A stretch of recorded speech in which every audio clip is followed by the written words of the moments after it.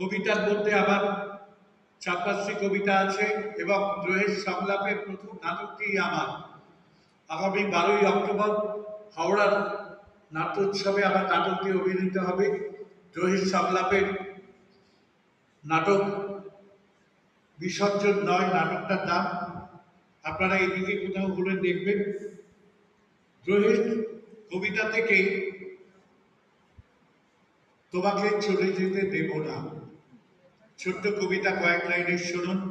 Yes, I repeat, আমি অভয়াকে নিয়ে লিখেছি, আমি তিলোত্তমাকে নিয়ে লিখেছি, বেশ করেছি, আবার লিখব।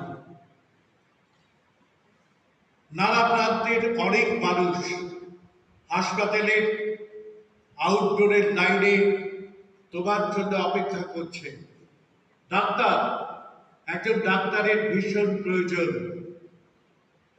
তোমার পথের দিকে তাকিয়ে তোমার মা বাবা যেভাবে আকুল প্রতীক্ষায় রত, সেখানে ভোরের আলোর মতো দাঁড়িয়ে আছেন রামমোহন, বিদ্যাসাগর, বিবেকানন্দ, মা সারদা, ভগিনী নিবেদিতা, মাদার টেরেসা, প্রথম মহিলা চিকিৎসক কাদম্বিনী দেবী, ডাক্তার বিধানচন্দ্র রায়।